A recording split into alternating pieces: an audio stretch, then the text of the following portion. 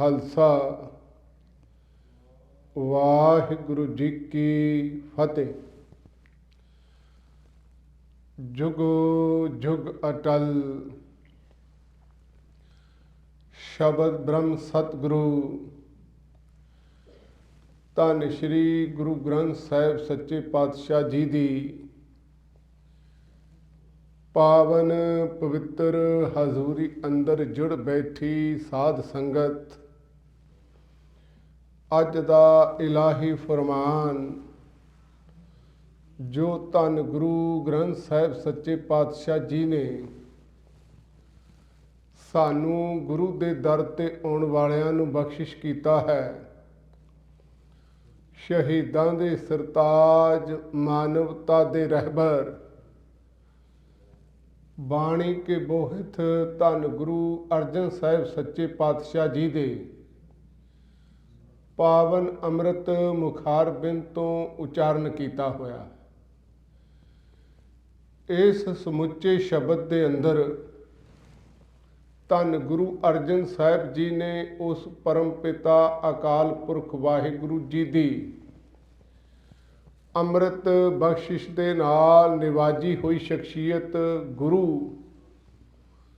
ਦੇ ਅੱਗੇ ਅਰਦਾਸ ਜੋਦੜੀ ਬੇਨਤੀ ਕੀਤੀ ਹੈ। ਰਹਾਉ ਦੀਆਂ ਤੁਕਾਂ ਦੇ ਅੰਦਰ ਹਜ਼ੂਰ ਨੇ ਫਰਮਾਇਆ ਹੈ, ਸੁਣ ਮੀਤਾ ਧੂਰੀ ਕੋ ਬਲ ਜਾਈ, ਇਹ ਮਨ ਤੇਰਾ ਭਾਈ ਰਹਾ। ਹੇ ਮੇਰੇ ਮਿੱਤਰ, ਇੱਥੇ ਗੁਰੂ ਸਾਹਿਬ ਜੀ ਦੇ ਲਈ ਸ਼ਬਦ ਵਰਤਿਆ ਜਾ ਰਿਹਾ ਕਿ ਤੁਹਾਡੇ ਚਰਨਾਂ ਦੀ ਧੂੜੀ ਤੋਂ ਮੈਂ ਬਲਹਾਰ ਜਾਣਾ ਵਾ। ਜੇ ਸਮੁੱਚੇ ਸ਼ਬਦ ਦੀ ਡੀਪਲੀ ਸੈਂਸ ਵੱਲ ਵੇਖਿਆ ਜਾਏ, ਜੋ ਗੁਰੂ ਸਾਹਿਬ ਸਾਨੂੰ ਅਹਿਸਾਸ ਕਰਵਾ ਰਹੇ ਨੇ, ਤੇ ਉਸ ਪਰਮ ਪਿਤਾ ਅਕਾਲ ਪੁਰਖ ਵਾਹਿਗੁਰੂ ਜੀ ਦਾ ਜਿਹੜਾ ਬਾਣੀ ਦੇ ਅੰਦਰ ਉਪਦੇਸ਼ ਸਮੁੱਚੇ ਰੂਪ ਦੇ ਵਿੱਚ ਦਿੱਤਾ ਗਿਆ ਹੈ, ਪਹਿਲਾਂ ਤਾਂ ਉਹਦੀ ਮਹਾਨਤਾ ਦਾ ਅਹਿਸਾਸ, ਉਹਦੀ ਇੰਪੋਰਟੈਂਸ, ਜ਼ਿੰਦਗੀ ਦੇ ਵਿੱਚ ਉਹਦੀ ਸਿਗਨੀਫੀਕੈਂਸ ਦਾ ਗੁਰੂ ਸਾਹਿਬ ਨੇ ਅਹਿਸਾਸ ਕਰਵਾਇਆ। ਜੇ ਅਹਿਸਾਸ, ਕਿਉਂਕਿ ਵੈਸੇ ਤਾਂ ਅੱਜ ਸਾਰੀ ਦੁਨੀਆ 'ਚ ਜਦੋਂ ਤੋਂ ਹਿਊਮਨ ਜਿਹੜਾ ਬ੍ਰੇਨ ਡਿਵੈਲਪ ਹੋਇਆ ਤੇ ਬੰਦੇ ਦੀ ਜ਼ਿੰਦਗੀ ਦੇ ਵਿੱਚ ਬੰਦਾ ਲਗਾਤਾਰ 70,000 ਸਾਲ ਤੋਂ ਦੂਸਰੇ ਜਾਨਵਰਾਂ ਨਾਲੋਂ ਬੜੀ ਸਵਿਫਟਲੀ, ਤੇਜ਼ੀ ਦੇ ਨਾਲ ਕੁਦਰਤ ਦੇ ਵਿੱਚੋਂ ਲਰਨ ਕਰਦਾ ਆ ਰਿਹਾ। ਉਹ ਲਰਨ ਕਰਦਿਆਂ ਹੋਇਆਂ ਬੰਦਾ ਪੀੜ੍ਹੀ ਦਰ ਪੀੜ੍ਹੀ, ਜਨਰੇਸ਼ਨ ਟੂ ਜਨਰੇਸ਼ਨ ਨੌਲੇਜ ਹਾਸਲ ਕਰਦਾ ਆ ਰਿਹਾ ਹੈ ਤੇ ਸਦਾ ਹੀ ਬੰਦੇ ਦੇ ਜੀਵਨ ਦੇ ਵਿੱਚ ਗਿਆਨ ਦੀ ਵੈਲਿਊ ਰਹੀ ਹੈ, ਕਿਉਂਕਿ ਗਿਆਨ ਹੀ ਬੰਦੇ ਦੇ ਅੰਦਰ ਕ੍ਰਿਟੀਕਲ ਥਿੰਕਿੰਗ ਪੈਦਾ ਕਰਦਾ ਹੈ ਤੇ ਜਿੰਨੀਆਂ ਲਾਈਫ ਦੇ ਵਿੱਚ ਪ੍ਰੋਬਲਮਸ, ਚੈਲੰਜਸ ਆਉਂਦੇ ਨੇ, ਉਹਨਾਂ ਨੂੰ ਸੋਲਵ ਕਰਨ ਦੀ ਸਕਿੱਲ ਬੰਦੇ ਦੇ ਅੰਦਰ ਪੈਦਾ ਹੁੰਦੀ। ਫਿਰ ਗਿਆਨ ਦੇ ਨਾਲ ਹੀ ਬੰਦੇ ਦਾ ਜਿਹੜਾ ਪਰਸਪੈਕਟਿਵ ਹੈ, ਦ੍ਰਿਸ਼ਟੀਕੋਣ, ਉਹ ਵਿਸ਼ਾਲ ਹੁੰਦਾ ਹੈ। ਗਿਆਨ ਦੇ ਨਾਲ ਹੀ ਅਸਲ ਦੇ ਵਿੱਚ ਬੰਦੇ ਦੇ ਅੰਦਰ ਹੋਰ ਜਾਣਨ ਦੀ ਕਿਊਰੀਸਿਟੀ, ਜਿਗਿਆਸਾ ਪੈਦਾ ਹੁੰਦੀ। ਜਦੋਂ ਗਿਆਨ ਨਾ ਹੋਵੇ, ਫਿਰ ਕਈ ਵਾਰੀ ਬੜੀ ਮਹਾਨ ਚੀਜ਼ਾਂ ਦੀ ਵੀ ਕੀਮਤ ਦਾ ਬੰਦੇ ਨੂੰ ਅਹਿਸਾਸ ਨਹੀਂ ਹੁੰਦਾ। ਸਿੱਖ ਕੌਮ ਦੇ ਮਹਾਨ ਵਿਦਵਾਨ ਭਾਈ ਸਾਹਿਬ ਭਾਈ ਗੁਰਦਾਸ ਜੀ ਨੇ ਜ਼ਿਕਰ ਕੀਤਾ ਹੈ ਕਿ ਰਤਨ ਮਣੀ ਗਲ ਬਾਂਦਰੈ, ਕਹੋ ਕੀਮ ਨਾ ਜਾਣਾ। ਵੀ ਬਾਂਦਰ ਦੇ ਗਲ ਦੇ ਵਿੱਚ ਬੜੀ ਕੀਮਤੀ ਰਤਨਾਂ ਦੀ ਮਣੀ ਕੋਈ ਪਾ ਦੇ, ਉਹਦੀ ਕੀਮਤ ਨਹੀਂ ਜਾਣੇਗਾ। ਸੱਚ ਹੈ, ਇਸੇ ਤਰ੍ਹਾਂ ਜਦੋਂ ਤੱਕ ਬੰਦੇ ਦੇ ਅੰਦਰ ਥੋੜ੍ਹਾ ਜਿਹਾ ਗਿਆਨ ਨਾ ਹੋਵੇ, ਉਦੋਂ ਤੱਕ ਬਚਨਾਂ ਦੀ ਮਹਾਨਤਾ ਦਾ ਵੀ ਨਹੀਂ ਪਤਾ ਲੱਗਦਾ। ਛੋਟੀ ਜਿਹੀ ਇੱਕ ਐਗਜ਼ਾਮਪਲ ਵਿਦਵਾਨ ਦਿੰਦੇ ਨੇ ਕਿ ਧੰਨ ਗੁਰੂ ਨਾਨਕ ਸਾਹਿਬ ਸੱਚੀ ਸਰਕਾਰ, ਇੱਕ ਵਾਰੀ ਉਹਨਾਂ ਦੇ ਨਾਲ ਪੰਡਤਾਂ ਨੇ ਗੱਲਬਾਤ ਕਰਦਿਆਂ ਹੋਇਆਂ ਇਹ ਸ਼ਬਦ ਵਰਤੇ ਸਨ ਕਿ ਤੁਸੀਂ ਆਮ ਮਨੁੱਖਤਾ ਦੀ ਜਿਹੜੀ ਬੋਲੀ ਜਾਣ ਵਾਲੀ ਬੋਲੀ, ਪੰਜਾਬੀ ਲੈਂਗੁਏਜ, ਗੁਰਮੁਖੀ ਲੈਂਗੁਏਜ ਦੇ ਵਿੱਚ ਤੁਸੀਂ ਇਹਨਾਂ ਨੂੰ ਗਿਆਨ ਦੀ ਬੜੀ ਵੱਡੀ ਜਿਹੜੀ ਬਾਰਿਸ਼ ਕਰ ਰਹੇ ਹੋ ਇਹਨਾਂ ਲੋਕਾਂ 'ਤੇ। ਇੱਕ ਤਾਂ ਬਾਣੀ ਤੁਸੀਂ ਆਮ ਭਾਸ਼ਾ ਦੇ ਵਿੱਚ ਉਚਾਰਨ ਕੀਤੀ ਹੈ, ਦੂਸਰਾ ਗੁਰੂ ਸਾਹਿਬ ਜੀ ਨੇ, ਕਿਉਂਕਿ ਬ੍ਰਾਹਮਣ ਖੱਤਰੀ ਸ਼ੂਦ ਵੈਸ਼ ਉਪਦੇਸ਼ ਚੋਂ ਵਰਨਾ ਕੋ ਸਾਂਝਾ, ਇਹਦੀ ਅਵੇਲੇਬਿਲਿਟੀ ਸਾਰਿਆਂ ਵਾਸਤੇ ਕਰਵਾ ਦਿੱਤੀ ਹੈ। ਇਹ ਅਸਲ ਦੇ ਵਿੱਚ ਤੁਸੀਂ ਠੀਕ ਨਹੀਂ ਕਰ ਰਹੇ, ਕਿਉਂਕਿ ਅਸੀਂ ਕੁਝ ਲੋਕਾਂ ਨੂੰ ਪੜ੍ਹਨ ਦਾ ਅਧਿਕਾਰ ਹੀ ਨਹੀਂ ਦਿੱਤਾ ਹੋਇਆ।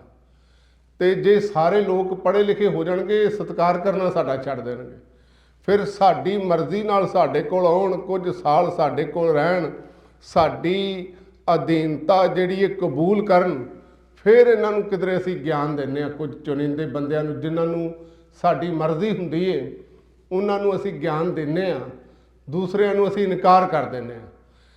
ਤੇ ਗੁਰੂ ਸਾਹਿਬ ਜੀ ਨੇ ਜ਼ਿਕਰ ਕੀਤਾ ਵੀ ਇਹ ਜਿਹੜੀ ਅਕਾਲ ਪੁਰਖ ਵਾਹਿਗੁਰੂ ਦੀ ਬਾਣੀ ਹੈ ਨਾ, ਖਸਮ ਦੀ ਬਾਣੀ, ਇਹਦਾ ਗਿਆਨ ਸਾਰਿਆਂ ਕੋਲ ਅਵੇਲੇਬਲ ਹੋਣਾ ਚਾਹੀਦਾ। ਜੇ ਇਹਦੇ ਤੇ ਸਾਰਿਆਂ ਦਾ ਹੱਕ ਹੈ। ਤੇ ਗੁਰੂ ਸਾਹਿਬ ਜੀ ਨੇ ਉਹ ਸ਼ਬਦ ਤੇ ਕਹਿ ਦਿੱਤੇ, ਜਿਵੇਂ ਅੱਜ ਵੀ ਐਗਜ਼ਾਮਪਲ ਕਈ ਵਾਰੀ ਵਿਦਵਾਨ ਦਿੰਦੇ ਨੇ ਕਿ ਬੰਦੇ ਨੂੰ ਕਈ ਵਾਰੀ ਬਿਨਾਂ ਅਸਲ ਦੇ ਵਿੱਚ ਜਗਿਆਸਾ ਤੇ ਕੋਈ ਚੀਜ਼ ਮਿਲ ਜਾਏ ਨਾ ਵੱਡੀ, ਉਹਦੀ ਕਈ ਵਾਰੀ ਜੀਵਨ ਦੇ ਵਿੱਚ ਕੀਮਤ ਨਹੀਂ ਜਾਣਦਾ।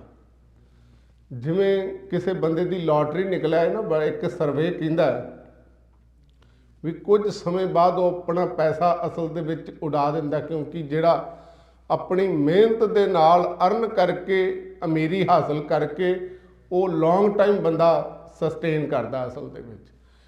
ਸੇਮ ਇਸੇ ਤਰ੍ਹਾਂ ਜੇ ਬੰਦੇ ਨੂੰ ਆਮ ਕਰਕੇ ਕਿਹਾ ਜਾਂਦਾ ਦੁਨੀਆ ਦੇ ਵਿੱਚ ਇਕਨੋਮਿਕਲੀ ਡਿਸਪੈਰਿਟੀਜ਼ ਨੇ, ਤੇ ਅੱਜ ਇਕਨੋਮਿਸਟ ਕਹਿੰਦੇ ਨੇ, ਵਿਦਵਾਨ ਕਹਿੰਦੇ ਨੇ ਵੀ ਜੇ ਸਾਰੀ ਦੁਨੀਆ ਨੂੰ ਬਰਾਬਰ ਧਨ ਵੰਡ ਦਿੱਤਾ ਜਾਏ ਨਾ, ਵੀ ਸਾਰਿਆਂ ਨੂੰ ਇਕਨੋਮਿਕਲੀ ਬਰਾਬਰ ਕਰ ਦਿੱਤਾ ਜਾਏ, ਤੇ ਕੁਝ ਸਮੇਂ ਬਾਅਦ ਅਸਲ ਦੇ ਵਿੱਚ ਜਿਹੜੇ ਗਰੀਬ ਲੋਕ ਹੋਣ ਨੇ, ਜ਼ਿਆਦਾਤਰ ਉਹਨਾਂ ਦੇ ਵਿੱਚੋਂ ਫਿਰ ਗਰੀਬ ਹੋ ਜਾਣਗੇ, ਕਿਉਂਕਿ ਬਿਨਾਂ ਮਿਹਨਤ ਤੋਂ ਮਿਲੀ ਹੋਈ ਅਸਲ ਦੇ ਵਿੱਚ ਜਿਹੜੀ ਦਾਤ ਹੈ ਨਾ, ਉਹਦੀ ਕਈ ਵਾਰੀ ਬੰਦਾ ਸਾਂਭ ਸੰਭਾਲ ਆਪਣੇ ਜੀਵਨ ਦੇ ਵਿੱਚ ਨਹੀਂ ਕਰਦਾ।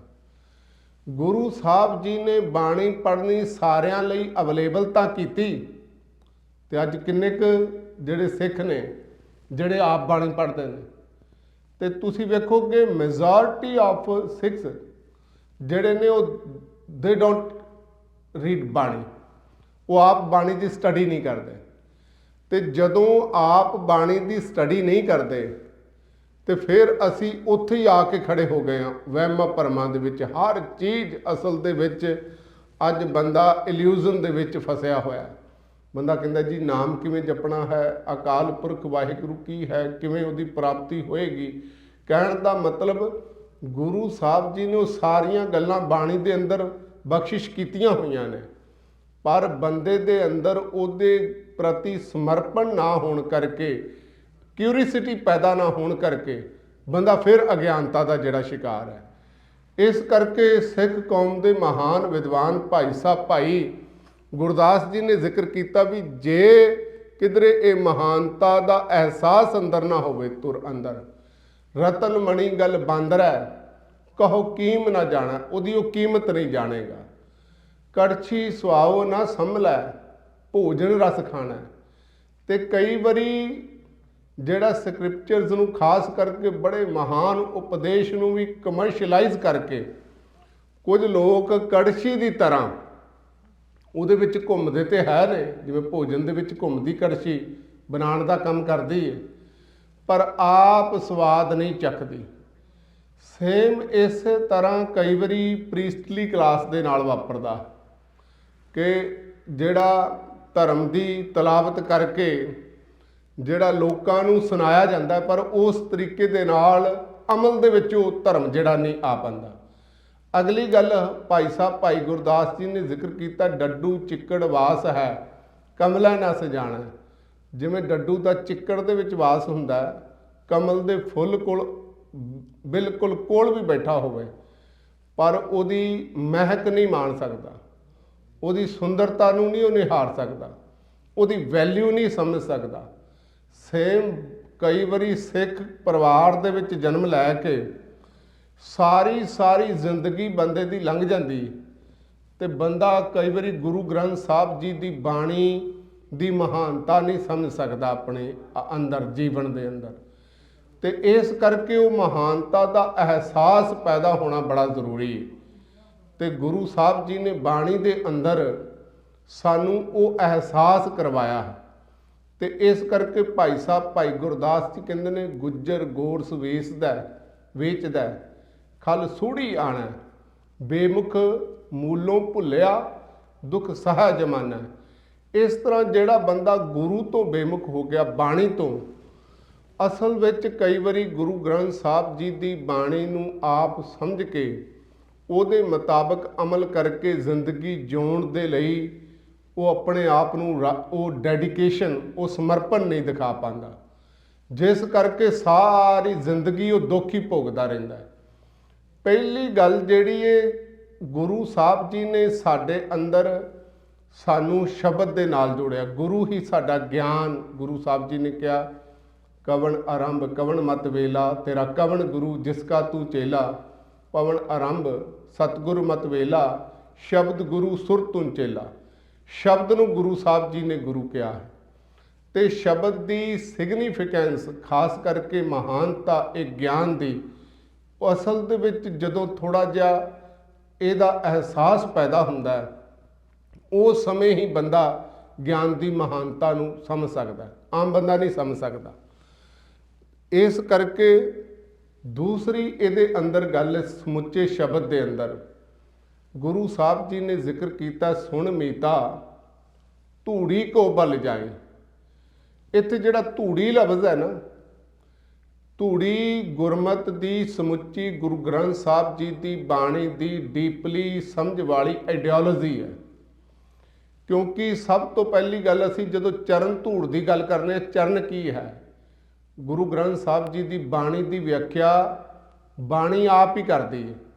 ਹਜ਼ੂਰ ਕਹਿੰਦੇ ਨੇ, ਹਿਰਦਾ ਚਰਨ ਸ਼ਬਦ ਸਤਿਗੁਰ ਕੋ ਨਾਨਕ ਬਾਂਧਿਓ ਪਾਲ। ਅਸਲ ਵਿੱਚ ਗੁਰੂ ਦਾ ਸ਼ਬਦ, ਸੱਚੇ ਗੁਰੂ ਦੇ ਸ਼ਬਦ ਹੀ ਉਸ ਅਕਾਲ ਪੁਰਖ ਵਾਹਿਗੁਰੂ ਜੀ ਦੇ ਚਰਨ ਨੇ। ਜੇ ਕੱਲਾ ਕਈ ਵਾਰੀ ਨਾ ਜਿਹੜਾ ਆਮ ਕਰਕੇ ਸੁਪਰਸਟੀਸ਼ਨ ਤੇ ਵਸ ਹੋ ਕੇ ਕਿਹਾ ਜਾਂਦਾ ਵੀ ਆ ਦੁਨਿਆਵੀ ਧੂੜੀ ਹੈ, ਵੀ ਇਹਦੀਆਂ ਬਹੁਤ ਜ਼ਿਆਦਾ ਪ੍ਰਾਪਤੀਆਂ ਹੁੰਦੀਆਂ, ਤੇ ਬੰਦਾ ਜੋੜਿਆਂ ਦੇ ਵਿੱਚੋਂ ਜਿਹੜਾ ਝਾੜ ਕੇ ਜਿਹੜਾ ਬੰਦਾ ਸ਼ਰਧਾ ਵਸ ਮੱਥੇ ਤੇ ਲਾਉਂਦਾ ਹੈ। ਮਾਫ ਕਰਨਾ, ਜੇ ਇਸ ਤਰ੍ਹਾਂ ਕੇਵਲ ਦੁਨਿਆਵੀ ਮਿੱਟੀ ਦੇ ਨਾਲ ਹੀ ਗੱਲ ਬਣ ਜਾਣੀ ਹੁੰਦੀ ਨਾ, ਤੇ ਕਿਸੇ ਵੀ ਮਹਾਂਪੁਰਸ਼ ਨੂੰ ਦੁਨੀਆ ਦੇ ਉੱਤੇ ਆ ਕੇ ਉਪਦੇਸ਼ ਦੇਣ ਦੀ ਲੋੜ ਨਹੀਂ ਸੀ ਪੈਣੀ। ਉਹਨਾਂ ਨੇ ਬਹੁਤ ਜਿਹੜਾ ਵੱਡਾ ਮਿੱਟੀ ਦਾ ਟਿੱਬਾ ਹੋਵੇ ਉੱਤੇ ਜਾ ਕੇ ਘੁੰਮ ਫਿਰ ਕੇ ਚਰਨ ਆਪਣੇ ਪਾ ਦੇਣੇ ਸਨ, ਤੇ ਸਿੱਖਾਂ ਨੂੰ, ਸਾਰੇ ਦੁਨੀਆ ਦੇ ਲੋਕਾਂ ਨੂੰ ਕਹਿਣਾ ਸੀ ਵੀ ਇਹ ਧੂੜੀ ਪੂੜੀਆਂ ਬਣਾ ਕੇ ਲੈ ਜਾਓ ਘਰ, ਤੇ ਜਾਂ ਘੋਲ ਕੇ ਪਾਣੀ 'ਚ ਪੀ ਲਿਆ ਕਰਿਓ, ਤੇ ਇਹਦੇ ਨਾਲ ਹੀ ਤੁਹਾਡਾ ਪਾਰ ਉਤਾਰਾ ਹੋ ਜਾਣਾ। ਗੁਰੂ ਸਾਹਿਬ ਜੀ ਨੇ ਐਸਾ ਨਹੀਂ ਕੀਤਾ, ਕਿਉਂਕਿ ਅਸਲ ਵਿੱਚ ਜਦੋਂ ਵੀ ਬੰਦੇ ਦਾ ਜੀਵਨ ਬਦਲਣਾ ਹੈ, ਉਹਨੂੰ ਗਿਆਨ ਹਾਸਲ ਕਰਕੇ ਉਹਦੇ ਪ੍ਰਤੀ ਸਮਰਪਣ, ਆਪਣਾ ਡਿਵੋਸ਼ਨ, ਸ਼ਰਧਾ, ਤੇ ਉਹਦੇ ਜੀਵਨ ਦੇ ਵਿੱਚ ਅਪਣਾਉਣ ਦੇ ਨਾਲ ਹੀ ਉਹਦਾ ਜੀਵਨ ਬਦਲ ਸਕਣਾ। ਇਸ ਕਰਕੇ ਗੁਰੂ ਸਾਹਿਬ ਜੀ ਨੇ ਸਾਨੂੰ ਪਹਿਲੇ ਜਾਮੇ ਤੋਂ ਹੀ ਅਕਾਲ ਪੁਰਖ ਵਾਹਿਗੁਰੂ ਜੀ ਦੀ ਬਾਣੀ ਦੇ ਨਾਲ, ਸਾਨੂੰ ਖਸਮ ਦੀ ਬਾਣੀ ਦੇ ਨਾਲ ਜੋੜਿਆ। ਤੇ ਜੋ ਗੁਰੂ ਸਾਹਿਬ ਜੀ ਨੇ ਆਪਣਾ ਗੁਰੂ ਜੇ ਕਿਹਾ, ਸ਼ਬਦ ਗੁਰੂ ਸੁਰ ਤੁਨ ਚੇਲਾ, ਸਿੱਖ ਦਾ ਵੀ ਗੁਰੂ ਸ਼ਬਦ ਹੀ ਗੁਰੂ ਹੈ। ਇਸ ਕਰਕੇ ਅੱਜ ਦੇ ਸ਼ਬਦ ਦੇ ਅੰਦਰ ਪਹਿਲੀ ਗੱਲ ਤੇ ਗੁਰੂ ਸਾਹਿਬ ਜ਼ਿਕਰ ਕਰ ਰਹੇ ਨੇ, ਧੂੜੀ ਕੋ ਬਲ ਜਾਈ। ਧੂੜੀ ਦਾ ਮਤਲਬ ਹੈ ਗੁਰੂ ਗ੍ਰੰਥ ਸਾਹਿਬ ਜੀ ਦੀ ਬਾਣੀ ਨੂੰ ਜਦੋਂ ਅਸੀਂ ਡੀਪਲੀ, ਕਿਉਂਕਿ ਬਾਣੀ ਜਿਹੜੀ ਰੱਬ ਦੇ ਚਰਨ, ਗੁਰੂ ਦੇ ਚਰਨ, ਹਿਰਦੇ ਚਰਨ ਸ਼ਬਦ ਸਤਿਗੁਰ ਕੋ ਨਾਨਕ ਬਾਂਧਿਓ ਪਾਲ, ਗੁਰਬਾਣੀ ਨੂੰ ਡੀਪਲੀ ਸਮਝਦੇ, ਡੀਪਲੀ ਅੰਡਰਸਟੈਂਡਿੰਗ ਜਿਹੜੀ ਹੈ ਨਾ, ਉਹ ਅਸਲ ਦੇ ਵਿੱਚ ਧੂੜੀ ਹੈ। ਇੱਥੇ ਜਦੋਂ ਅਸੀਂ ਆਪਾਂ ਧੂੜੀ ਲੈਣੀ ਹੈ, ਧੂੜੀ ਦਾ ਮਤਲਬ ਗੁਰਬਾਣੀ ਨੂੰ ਅਸੀਂ ਸਮਝਣਾ ਹੈ। ਧੂੜੀ ਕੋ ਬਲ ਜਾਈ, ਬਲ ਜਾਣ ਦਾ ਮਤਲਬ ਹੈ ਕੁਰਬਾਨ ਜਾਣਾ। ਇਹ ਗੁਰੂ ਸਾਹਿਬ ਆਪਣੇ ਅੰਦਰ ਦੀ ਡੈਡੀਕੇਸ਼ਨ, ਸਮਰਪਣ ਦਿਖਾ ਰਹੇ ਨੇ। ਦੁਨੀਆ ਦੇ ਅੰਦਰ ਜੇ ਗਿਆਨ ਜਿਹੜਾ ਗੁਰੂ ਸਾਹਿਬ ਜੀ ਨੇ ਬਖਸ਼ਿਸ਼ ਕੀਤਾ ਨਾ ਸਾਰਿਆਂ ਦੇ ਲਈ, ਤੁਸੀਂ ਵੇਖੋ ਅੱਜ ਵੀ ਕੇਵਲ ਉਸ ਸਮੇਂ ਹੀ ਨਹੀਂ, ਉਦੋਂ ਕੇਵਲ ਵੇਦ ਪੜ੍ਹਨ ਦਾ ਅਧਿਕਾਰ ਬ੍ਰਾਹਮਣ ਦੇ ਕੋਲ ਸੀ, ਖੱਤਰੀ ਵੀ ਪੜ੍ਹ ਸਕਦੇ ਸਨ, ਵੈਸ਼ਵੀ, ਪਰ ਸ਼ੂਦਰ ਨੂੰ ਟੋਟਲੀ ਅਧਿਕਾਰ ਨਹੀਂ ਸੀ। ਅੱਜ ਵੀ ਜਿਹੜੀ ਐਜੂਕੇਸ਼ਨ ਹਾਇਰ ਕਿਸਮ ਦੀ ਜਾਂ ਕੁਆਲਿਟੀ ਐਜੂਕੇਸ਼ਨ ਹੈ ਨਾ, ਖਾਸ ਕਰਕੇ ਡਿਵੈਲਪਿੰਗ ਕੰਟਰੀ ਦੇ ਵਿੱਚ, ਪਹਿਲੀ ਗੱਲ ਤਾਂ ਉਹਦੀ ਅਵੇਲੇਬਿਲਟੀ ਸਾਰਿਆਂ ਕੋਲ ਨਹੀਂ ਹੈ। ਸੋਸ਼ੀਓ ਇਕਨੋਮਿਕ ਸਟੇਟਸ ਕਰਕੇ ਬੰਦੇ ਦਾ, ਜੇ ਗਰੀਬ ਬੰਦਾ ਘਰ ਦੇ ਵਿੱਚ ਪੈਦਾ ਹੋਇਆ ਤੇ ਉਹ ਵੱਡੀਆਂ ਜਿਹੜੀਆਂ ਯੂਨੀਵਰਸਿਟੀਜ਼ ਦੀ ਡਿਗਰੀ ਪ੍ਰਾਪਤ ਨਹੀਂ ਕਰ ਸਕਦਾ, ਉਹਨਾਂ ਦੀ ਪਹੁੰਚ ਦੇ ਵਿੱਚ ਨੇ। ਦੂਸਰੇ ਦੇਸ਼ਾਂ ਦੇ ਵਿੱਚ ਵੀ, ਖਾਸ ਕਰਕੇ ਇਹਨਾਂ ਦੇਸ਼ਾਂ ਦੇ ਵਿੱਚ ਵੀ ਇੱਕ ਜਿਹੜਾ ਹਾਈ ਸਕੂਲ ਤੱਕ ਜਾਂ ਸੈਕੰਡਰੀ ਸਕੂਲ ਤੱਕ ਹੀ ਜਿਹੜੀ ਇੱਕ ਐਜੂਕੇਸ਼ਨ ਦੀ ਅਵੇਲੇਬਿਲਟੀ ਹੈ, ਉਸ ਤੋਂ ਬਾਅਦ ਬੰਦੇ ਨੂੰ ਪੇ ਕਰਨਾ ਪੈਂਦਾ। ਇਸ ਕਰਕੇ ਜਿਹੜੀ ਸਾਰਿਆਂ ਲਈ ਅੱਜ ਦੁਨੀਆ ਦੇ ਅੰਦਰ ਹਿਊਮਨ ਰਾਈਟਸ ਵਾਲੇ ਜਾਂ ਲੋਕ ਇੱਕ ਗੱਲ ਕਹਿੰਦੇ ਨੇ ਵੀ ਬੰਦੇ ਦੇ ਕੋਲ ਹਰ ਕਿਸਮ ਦੀ ਹਾਇਰ ਤੋਂ ਹਾਇਰ ਜਿਹੜੀ ਸਟੱਡੀ ਹੈ ਉਹਦੀ ਐਕਸੈਸਿਬਿਲਿਟੀ ਹੋਣੀ ਚਾਹੀਦੀ, ਹਰ ਬੰਦੇ ਦੀ ਪਹੁੰਚ ਹੋਣੀ ਚਾਹੀਦੀ ਉਹਦੇ ਤੱਕ। ਕਹਿਣ ਤੋਂ ਮੁਰਾਦ ਗੁਰੂ ਸਾਹਿਬ ਨੇ ਅੱਜ ਤੋਂ ਸਦੀਆਂ ਪਹਿਲਾਂ, 500 ਸਾਲ ਪਹਿਲਾਂ, ਔਰ ਹਿੰਦੁਸਤਾਨ ਦੇ ਵਿੱਚ ਕੋਈ ਵੀ ਇਹੋ ਜਿਹਾ ਫਲਸਫਾ ਨਹੀਂ ਹੈ ਉਦੋਂ, ਜਦੋਂ ਇੱਕੋ ਥਾਂ ਤੋਂ ਗਿਆਨ ਦੇ ਇੰਨੇ ਉੱਚੇ ਲੈਵਲ ਦੀ ਪ੍ਰਾਪਤੀ ਹੋਵੇ ਵੀ ਜਿਹਦੇ 'ਚ ਅਧਿਆਤਮਕਤਾ ਵੀ ਹੋਵੇ, ਇਕਨੋਮਿਕ ਉੱਚਾ ਚੁੱਕਣ ਦਾ ਵੀ ਜਿਹੜੀ ਸਮਰੱਥਾ ਹੋਵੇ, ਬੰਦੇ ਦੇ ਜੀਵਨ ਦੇ ਵਿੱਚ ਮਲਟਾਈ ਫੇਸਟ ਹਰ ਪਹਿਲੂ ਦੇ ਉੱਤੇ ਗਾਈਡ ਕਰਨ ਦੀ ਸਮਰੱਥਾ ਹੋਵੇ, ਉਹ ਗੁਰੂ ਸਾਹਿਬ ਜੀ ਨੇ ਅੰਮ੍ਰਿਤ ਬਾਣੀ ਦੀ ਬਖਸ਼ਿਸ਼ ਕੀਤੀ ਹੈ।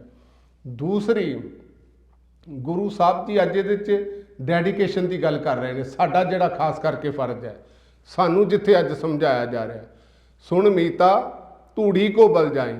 ਗੁਰੂ ਸਾਹਿਬ ਆਪ ਜਗਿਆਸੂ ਰੂਪ ਹੋ ਕੇ ਜਿਹੜਾ ਸਾਨੂੰ ਸਮਝਾ ਰਹੇ ਨੇ, ਤੇ ਹਜ਼ੂਰ ਕਹਿੰਦੇ ਨੇ ਮੈਂ ਤੇਰੀ ਧੂੜੀ ਤੋਂ ਕੁਰਬਾਨ ਜਾਨਾ, ਸਦਕੇ ਜਾਨਾ, ਬਲਹਾਰ ਜਾਨਾ। ਇਹਦਾ ਮਤਲਬ ਇੱਕ ਤਾਂ ਗਿਆਨ ਦੀ ਅਵੇਲੇਬਿਲਟੀ ਜਿਹੜੀ ਸਾਰਿਆਂ ਕੋਲ ਨਹੀਂ ਹੋ ਸਕਦੀ।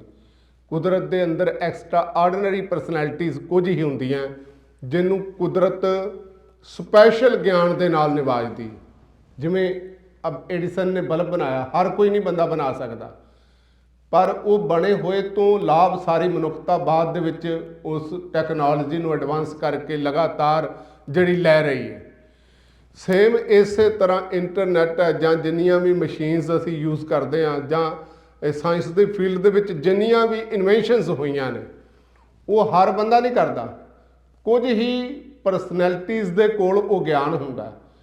ਇਸੇ ਤਰ੍ਹਾਂ ਜਿਹੜਾ ਸਪਿਰਿਚੁਅਲ ਫੀਲਡ ਹੈ ਨਾ, ਰੈਲਮ ਹੈ, ਉਹਦੇ ਅੰਦਰ ਵੀ ਹਰ ਬੰਦਾ ਉਸ ਸਿਖਰ ਦੀ ਗਿਆਨ ਦੀ ਅਵੇਲੇਬਿਲਟੀ ਉਹਦੇ ਲਈ ਨਹੀਂ ਹੁੰਦੀ। ਕੁਦਰਤ, ਮਦਰ ਨੇਚਰ, ਅਕਾਲ ਪੁਰਖ ਵਾਹਿਗੁਰੂ ਕੁਝ ਸ਼ਖਸੀਅਤਾਂ ਨੂੰ ਨਵਾਜਦੇ ਨੇ, ਤੇ ਗੁਰੂ ਸਾਹਿਬ ਜੀ ਬਾਣੀ ਦੇ ਵਿੱਚ ਕਹਿੰਦੇ ਨੇ ਹਰ ਇਕਸ ਹਥਾਇਆ ਵਰਸਾਣੇ ਬਹੁਤ ਤੇਰੇ। ਜਿਵੇਂ ਮੋਬਾਈਲ ਇੱਕ ਨੇ ਬਣਾਇਆ, ਲਾਭ ਸਾਰੀ ਦੁਨੀਆ ਲੈ ਸਕਦੀ, ਬਲਬ ਇੱਕ ਨੇ ਬਣਾਇਆ, ਲਾਭ ਦੁਨੀਆ ਸਾਰੀ ਲੈ ਸਕਦੀ ਹੈ। ਇਸੇ ਤਰ੍ਹਾਂ ਐਰੋਪਲੇਨ ਰਾਈਸ ਬ੍ਰਦਰ ਨੇ ਬਣਾਇਆ ਇਨੀਸ਼ੀਅਲੀ ਟੈਕਨੋਲੋਜੀ, ਤੇ ਉਸ ਤੋਂ ਬਾਅਦ ਏਵੀਏਸ਼ਨ ਸੈਕਟਰ ਦੇ ਵਿੱਚ ਲੱਖਾਂ ਲੋਕ ਨੇ ਜਿਹੜੇ ਪ੍ਰਾਪਤ ਕਰ ਰਹੇ ਨੇ। ਸੇਮ ਧਰਮ ਦੇ ਫੀਲਡ ਦੇ ਵਿੱਚ ਹਰ ਇੱਕ ਹੱਥ ਆਇਆ ਵਰਸਾਣੇ ਬਹੁਤ ਤੇਰੇ। ਜਿਨੀ ਨਾਮ ਤੇ ਆਇਆ ਗਏ ਮਸ਼ੱਕਤ ਕਾਲ, ਉਹ ਮਸ਼ੱਕਤ ਗਿਆਨ ਦੀ ਅਵੇਲੇਬਿਲਟੀ ਕਰਵਾਉਣ ਦੀ ਹੈ। ਤੇ ਗੁਰੂ ਸਾਹਿਬ ਜੀ ਕਹਿੰਦੇ ਨਾਨਕ ਤੇ ਮੁਖ ਉਜਲੇ ਕੇਤੀ ਛੁੱਟੀ ਨਾਲ। ਸਾਡੀਆਂ ਬਹੁਤ ਸਾਰੀਆਂ ਜਿਹੜੀਆਂ ਸਮੱਸਿਆਵਾਂ ਜ਼ਿੰਦਗੀ ਦੀਆਂ ਉਹਦੇ 'ਚ ਸੋਲਵ ਕਰ ਦਿੱਤੀਆਂ ਗਈਆਂ ਨੇ, ਅਸੀਂ ਬਸ ਉਹਦਾ ਲਾਭ ਲੈਣਾ। ਲਾਭ ਲੈਣ ਦੇ ਲਈ ਸਾਡੇ ਜੀਵਨ ਦੇ ਵਿੱਚ ਡੈਡੀਕੇਸ਼ਨ ਬੜੀ ਜ਼ਰੂਰੀ ਹੈ।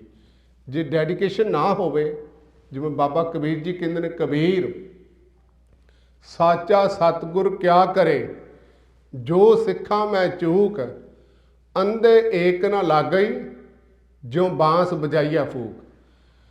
ਇਸੇ ਤਰ੍ਹਾਂ ਜਦੋਂ ਗਿਆਨ ਦੀ ਮਹਾਨਤਾ ਦਾ ਅਹਿਸਾਸ ਨਾ ਹੋਵੇ, ਅੰਦਰ ਸ਼ਰਧਾ ਨਾ ਹੋਵੇ, ਜਿਸ ਸੋਰਸ ਤੋਂ ਨੌਲੇਜ ਆ ਰਿਹਾ ਉਹਦੀ ਰਿਸਪੈਕਟ ਨਾ ਹੋਵੇ, ਤਾਂ ਵੀ ਬੰਦਾ ਪ੍ਰਾਪਤ ਨਹੀਂ ਕਰ ਸਕਦਾ।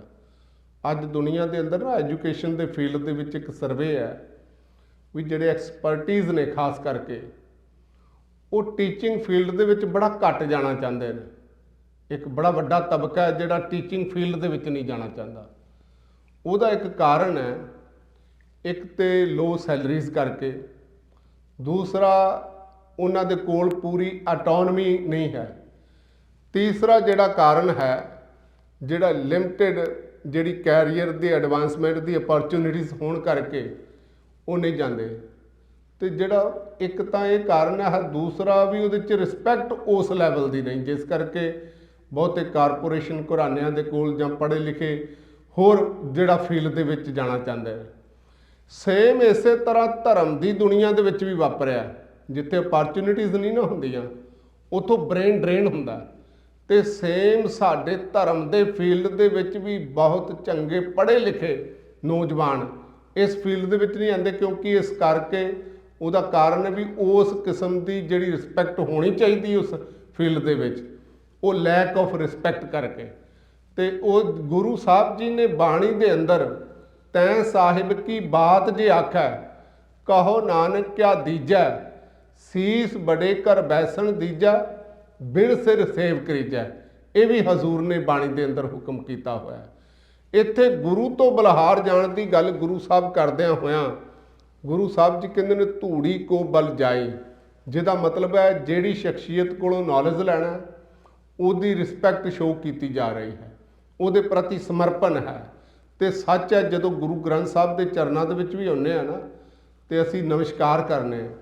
ਗੁਰੂ ਗ੍ਰੰਥ ਸਾਹਿਬ ਸੱਚੇ ਪਾਤਸ਼ਾਹ ਨੂੰ ਇੱਕ ਰਾਜੇ ਦੀ ਤਰ੍ਹਾਂ, ਕਿੰਗ ਦੀ ਤਰ੍ਹਾਂ ਅਸੀਂ ਰਿਸਪੈਕਟ ਦਿੰਦੇ ਹਾਂ, ਤਾਂ ਕਿ ਸਾਈਕੋਲੋਜੀਕਲੀ ਜੋ ਫਰਮਾਨ ਗੁਰੂ ਸਾਹਿਬ ਦੁਆਰਾ ਕੀਤਾ ਜਾ ਰਿਹਾ ਉਹ ਅਸੀਂ ਸੀਰੀਅਸ ਹੋ ਕੇ ਸਰਵਨ ਕਰ ਸਕੀਏ ਤੇ ਉਹਦੀ ਜਿਹੜੀ ਕਦਰ ਆਪਣੇ ਜੀਵਨ ਦੇ ਵਿੱਚ ਪਾ ਸਕੀਏ। ਵੈਸੇ ਤਾਂ ਗੁਰੂ ਗ੍ਰੰਥ ਸਾਹਿਬ ਦੀ ਬਾਣੀ ਦੇ ਪ੍ਰਤੀ ਵੀ ਅੰਦਰੋਂ ਰਿਸਪੈਕਟ ਜਿਹੜਾ ਕਰੋੜਾਂ ਦੇ ਵਿੱਚੋਂ ਕੋਈ ਵਿਰਲਾ ਬੰਦਾ ਕਰਦਾ, ਜਿਹੜਾ ਗੁਰੂ ਗ੍ਰੰਥ ਸਾਹਿਬ ਦੀ ਬਾਣੀ ਨੂੰ ਸੱਚ ਕਰਕੇ ਮੰਨ ਕੇ ਆਪਣੇ ਜੀਵਨ ਦੇ ਵਿੱਚ ਵਸਾ ਲਏ। ਤੇ ਹਜ਼ੂਰ ਅੱਜ ਦੇ ਸ਼ਬਦ ਦੇ ਅੰਦਰ ਜ਼ਿਕਰ ਕਰ ਰਹੇ ਨੇ ਧੂੜੀ ਕੋ ਬਲ ਜਾਏ, ਇੱਕ ਤਾਂ ਰਿਸਪੈਕਟ ਹੈ। ਦੂਸਰਾ ਇਸ ਤੋਂ ਅਗਲੀ ਗੱਲ, ਜਿਹੜਾ ਸਟੈਪ ਜਿਹੜਾ ਖਾਸ ਕਰਕੇ ਭਗਤ ਨੇ, ਜਗਿਆਸੂ ਨੇ, ਸੇਵਕ ਨੇ ਲੈਣਾ ਹੁੰਦਾ, ਉਹ ਵੈ ਇਹ ਜਿਹੜੇ ਅਸੂਲ ਗੁਰਬਾਣੀ ਦੇ ਸਮਝੇ ਜਾ ਰਹੇ ਨੇ। ਕੱਲ ਨੂੰ ਜੀਵਨ ਦੇ ਅੰਦਰ ਇਹੋ ਜਿਹਾ ਸਮਾਂ ਆਉਂਦਾ ਜਦੋਂ ਬੰਦੇ ਦੇ ਸਾਹਮਣੇ ਚॉइस ਹੋਵੇ ਵੀ ਤੇਰੀ ਜਾਨ, ਜਿਵੇਂ ਅੱਜ ਭਾਈ ਸ਼ਾਹਬਾਜ਼ ਸਿੰਘ ਜੀ, ਭਾਈ ਸੁਬੇਗ ਸਿੰਘ ਜੀ ਦਾ ਅਸੀਂ ਸ਼ਹੀਦੀ ਦਿਹਾੜਾ ਜਿਹੜਾ ਮਨਾ ਰਹੇ ਹਾਂ, ਉਹਨਾਂ ਦੇ ਸਾਹਮਣੇ ਇੱਕੋ ਹੀ ਗੱਲ ਸੀ ਕਿ ਅਸਲ ਦੇ ਵਿੱਚ ਤੁਸੀਂ ਗੁਰਸਿੱਖੀ ਛੱਡ ਦਿਓ। ਉਹਨਾਂ ਦੇ ਬੇਟੇ ਸ਼ਾਹਬਾਜ਼ ਸਿੰਘ ਜੀ ਨੂੰ ਕਿਹਾ ਜਾ ਰਿਹਾ ਸੀ ਵੀ ਤੁਸੀਂ ਮੁਸਲਮਾਨ ਬਣ ਜਾਓ। ਕਾਜੀ ਕਹਿਣ ਲੱਗਾ ਮੈਂ ਆਪਣੀ ਬੱਚੀ ਦੀ ਜਿਹੜੀ ਮੈਰਿਜ ਵੀ ਤੇਰੇ ਨਾਲ ਕਰਨ ਵਾਸਤੇ ਤਿਆਰ ਹਾਂ, ਨਿਕਾਹ ਕਰਨ ਦੇ ਲਈ ਤਿਆਰ ਹਾਂ, ਤੇ ਤੁਹਾਨੂੰ ਜੋ ਕੁਝ ਮੰਗੋਗੇ ਉਹ ਵੀ ਮਿਲੇਗਾ। ਸਾਰਾ ਕੁਝ ਉਹਨਾਂ ਦੇ ਸਾਹਮਣੇ ਆਫਰ ਕੀਤਾ ਜਾ ਰਿਹਾ, ਪਰ ਉਹ ਕਹਿੰਦੇ ਨੇ ਹਮ ਕਾਰਨ ਗੁਰਕੁਲਾ ਗਵਾਈ ਹਮ ਕੁਲ ਰਾਖੈ ਕਵਣ ਵਡਾਈ। ਕਹਿਣ ਤੋਂ ਮੁਰਾਦ ਇਹੋ ਜਿਹਾ ਸਮਾਂ ਆਵੇ ਜਦੋਂ ਘਰ ਬਾਰ ਸਾਰਾ ਕੁਝ ਕੁਰਬਾਨ ਕਰਨਾ ਪਏ। ਧੂੜੀ ਕੋ ਬਲ ਜਾਓ ਇਸ ਵਿਚਾਰਧਾਰਾ ਤੋਂ ਇੱਥੋਂ ਤੱਕ ਵੀ ਆਪਣੇ ਸਰੀਰ ਦੀ ਵੀ ਬਾਜੀ ਲਾਣੀ ਪਏ, ਤੇ ਉਹ ਬਾਜੀ ਲਾਣ ਦੇ ਲਈ ਸਿੱਖ ਤਿਆਰ ਰਹੇ। ਗੁਰੂ ਅਰਜਨ ਸਾਹਿਬ ਜੀ ਇਹ ਮੈਸੇਜ ਅੱਜ ਦੇ ਸ਼ਬਦ ਦੇ ਅੰਦਰ ਦੇ ਰਹੇ ਨੇ ਵੀ ਇਹ ਅਸੂਲ ਜਿਹੜੇ ਗੁਰਬਾਣੀ ਦੇ ਪ੍ਰਿੰਸੀਪਲਸ ਨੇ, ਇਹਨਾਂ ਦੀ ਅਸਲ ਵਿੱਚ ਇੰਨੀ ਜ਼ਿਆਦਾ ਮਹਾਨਤਾ ਵੀ ਇਹਨਾਂ ਨਾਲ ਕੰਪਰੋਮਾਈਜ਼ ਨਹੀਂ ਕੀਤਾ ਜਾ ਸਕਦਾ, ਸਿਧਾਂਤਾਂ ਨੂੰ ਛੱਡਿਆ ਨਹੀਂ ਜਾ ਸਕਦਾ। ਇਸ ਕਰਕੇ ਗੁਰੂ ਸਾਹਿਬ ਜੀ ਇੱਕ ਰਿਸਪੈਕਟ ਤੋਂ ਸ਼ੁਰੂ ਹੋ ਕੇ ਫੁੱਲੀ ਬੰਦੇ ਦੇ ਜੀਵਨ ਦੀ ਹਰ ਕਿਸਮ ਦਾ ਸੈਕਰੀਫਾਈਸ ਬੰਦਾ ਧਰਮ ਤੋਂ ਕਰਨ ਦੇ ਲਈ ਤਿਆਰ ਰਹੇ। ਇਸ ਕਰਕੇ ਗੁਰੂ ਸਾਹਿਬ ਜੀ ਅੱਜ ਦੇ ਸ਼ਬਦ ਦੇ ਅੰਦਰ ਜ਼ਿਕਰ ਕਰ ਰਹੇ ਨੇ, ਸੁਣ ਮੀਤਾ ਧੂੜੀ ਕੋ ਬਲ ਜਾਈ, ਇਹ ਮਨ ਤੇਰਾ ਭਾਈ, ਇਹ ਮਨ ਤੈਨੂੰ ਪ੍ਰੇਮ ਕਰਨ ਵਾਲਾ। ਇੱਥੇ ਭਾਈ ਦਾ ਮਤਲਬ ਪ੍ਰੇਮ ਕਰਨ ਵਾਲਾ ਹੈ। ਤੇ ਜਦੋਂ ਮਨ ਦੇ ਅੰਦਰ ਪ੍ਰੇਮ ਪੈਦਾ ਹੋ ਜਾਏ, ਜੋ ਤੋ ਪ੍ਰੇਮ ਖੇਲਣ ਕਾ ਚਾਹੋ ਸਿਰ ਧਰ ਤਲੀ ਗਲੀ ਮੁਰਿਆਓ, ਇਤ ਮਾਰਗ ਪੈਰ ਧਰੀਜੈ ਸਿਰ ਦੀਜੈ ਕਾਣ ਨਾ ਕੀਜੈ। ਇਹ ਪ੍ਰੇਮ ਦੀ ਜਿਹੜੀ ਪਰਿਭਾਸ਼ਾ ਹੈ ਅਸਲ ਦੇ ਵਿੱਚ ਉੱਥੇ ਸਿਰ ਦੇਣਾ ਹੀ ਪੈਂਦਾ, ਪਰ ਇਹ ਜਿਵੇਂ ਮੈਂ ਆਪਣੇ ਆਪ ਨੂੰ ਛੱਡ ਕੇ ਫੁੱਲੀ ਸੈਕਰੀਫਾਈਸ ਕਰਨ ਦੇ ਲਈ ਜਗਿਆਸੂ ਤਿਆਰ ਹੁੰਦਾ। ਤੇ ਗੁਰੂ ਸਾਹਿਬ ਜੀ ਨੇ ਅੱਜ ਦੇ ਸ਼ਬਦ ਦੇ ਅੰਦਰ ਜ਼ਿਕਰ ਕੀਤਾ ਹੈ, ਆਰੰਭਤਾ ਹਜ਼ੂਰ ਨੇ ਕੀਤੀ, ਇੱਕ ਓੰਕਾਰ ਸਤਿਗੁਰ ਪ੍ਰਸਾਦ, ਅਕਾਲ ਪੁਰਖ ਵਾਹਿਗੁਰੂ ਇੱਕ ਹੈ, ਹਰ ਥਾਂ ਤੇ ਵਿਆਪਕ ਹੈ। ਸੱਚੇ ਗੁਰੂ ਦੀ ਕਿਰਪਾ ਦੇ ਨਾਲ ਉਸ ਅਕਾਲ ਪੁਰਖ ਵਾਹਿਗੁਰੂ ਜੀ ਦੀ ਪ੍ਰਾਪਤੀ ਹੁੰਦੀ। ਗੁਰੂ ਸਾਹਿਬ ਜੀ ਨੇ ਆਰੰਭਤਾ ਕੀਤੀ, ਏਕ ਪਿਤਾ ਏਕਸ ਕੇ ਹਮ ਬਾਰਕ ਤੂੰ ਮੇਰਾ ਗੁਰ ਹਾਈ। ਇਹ ਗੁਰੂ ਨੂੰ ਕਿਹਾ ਜਾ ਰਿਹਾ, ਵੇਖੋ ਕਮਾਲ ਦੀ ਗੱਲ, ਗੁਰੂ ਨੂੰ ਕਿਹਾ ਜਾ ਰਿਹਾ ਵੀ ਹੇ ਸੱਚੇ ਸਤਿਗੁਰੂ, ਗੁਰ ਹਾਈ ਦਾ ਮਤਲਬ ਗੁਰ ਭਾਈ, ਵੀ ਤੁਸੀਂ ਅਸਲ ਦੇ ਵਿੱਚ ਸਾਡਾ ਦੋਵਾਂ ਦਾ ਪਿਤਾ ਇੱਕ ਹੈ, ਅਕਾਲ ਪੁਰਖ ਵਾਹਿਗੁਰੂ, ਤੇ ਇੱਕ ਪਿਓ ਦੀ ਅਸੀਂ ਔਲਾਦ ਹਾਂ। ਅਸੀਂ ਆਪੇ ਗੁਰਚੇਲਾ ਦੀ ਗੱਲ ਕਰਦੇ ਹਾਂ। ਧੰਨ ਗੁਰੂ ਨਾਨਕ ਸਾਹਿਬ ਸੱਚੇ ਪਾਤਸ਼ਾਹ ਭਾਈ ਮਰਦਾਨਾ ਜੀ ਨਾਲ ਜ਼ਿੰਦਗੀ ਦੇ ਕਹਿੰਦੇ ਨੇ 58 ਸਾਲ ਵਿਚਰੇ ਨੇ, ਵਿਦਵਾਨ ਕਹਿੰਦੇ ਨੇ। ਦਿਨ ਰਾਤ ਇੰਨਾ ਹੋਰ ਕਿਸੇ ਨੂੰ ਗੁਰੂ ਸਾਹਿਬ ਜੀ ਦੇ ਨਾਲ ਰਹਿਣ ਦਾ ਮੌਕਾ ਨਹੀਂ ਮਿਲਿਆ। ਭਾਈ ਗੁਰਦਾਸ ਜੀ ਕਹਿੰਦੇ ਨੇ, ਇੱਕ ਬਾਬਾ ਅਕਾਲ ਰੂਪ, ਦੂਜਾ ਰਵਾਬੀ ਮਰਦਾਨਾ। ਗੁਰੂ ਨਾਨਕ ਸਾਹਿਬ ਸੱਚੇ ਪਾਤਸ਼ਾਹ ਅਕਾਲ ਦੇ ਰੂਪ ਨੇ, ਤੇ ਗੁਰੂ ਨਾਨਕ ਸਾਹਿਬ ਜੀ ਦੇ ਨਾਲ ਭਾਈ ਮਰਦਾਨਾ ਜੀ ਰਹਿੰਦੇ ਨੇ, ਤੇ ਰਹਿ ਕੇ ਗੁਰਸਿੱਖਾਂ ਅੰਦਰ ਸਤਿਗੁਰ ਵਰਤਾ ਉਸੇ ਤਰ੍ਹਾਂ ਦਾ ਰੂਪ ਹੋ ਚੁੱਕੇ ਨੇ। ਤੇ ਕਮਾਲ ਦੀ ਗੱਲ, ਜਦੋਂ ਵੀ ਕੋਈ ਉਹਨਾਂ ਨੂੰ ਪੁੱਛਦਾ ਵੀ ਇਹ ਤੁਹਾਡੇ ਸਿੱਖ ਨੇ, ਇਹ ਕੌਣ ਨੇ, ਤੇ ਗੁਰੂ ਸਾਹਿਬ ਜੀ ਕਹਿੰਦੇ ਨੇ ਇਹ ਮੇਰਾ ਭਾਈ ਹੈ, ਇਹ ਮੇਰਾ ਭਰਾ ਹੈ। ਤੇ ਸੱਚ ਹੈ, ਟੀਚਿੰਗ ਫੀਲਡ ਦੇ ਵਿੱਚ ਵੀ ਨਾ, ਜਦੋਂ ਕਿਸੇ ਮੈਂਟਰ ਕੋਲੋਂ, ਗਾਈਡ ਕੋਲੋਂ ਸਿੱਖਣਾ, ਇਸ ਤਰ੍ਹਾਂ ਦਾ ਰਾਬਤਾ ਜਿਹੜਾ ਸਾਈਕੋਲੋਜੀਕਲੀ ਇੰਨੀ ਜ਼ਿਆਦਾ ਅਟੈਚਮੈਂਟ ਹੋਵੇ, ਤੇ ਉਹ ਟੀਚਰ ਆਪਣਾ ਸਾਰਾ ਕੁਝ ਸਿਖਾ ਸਕਦਾ।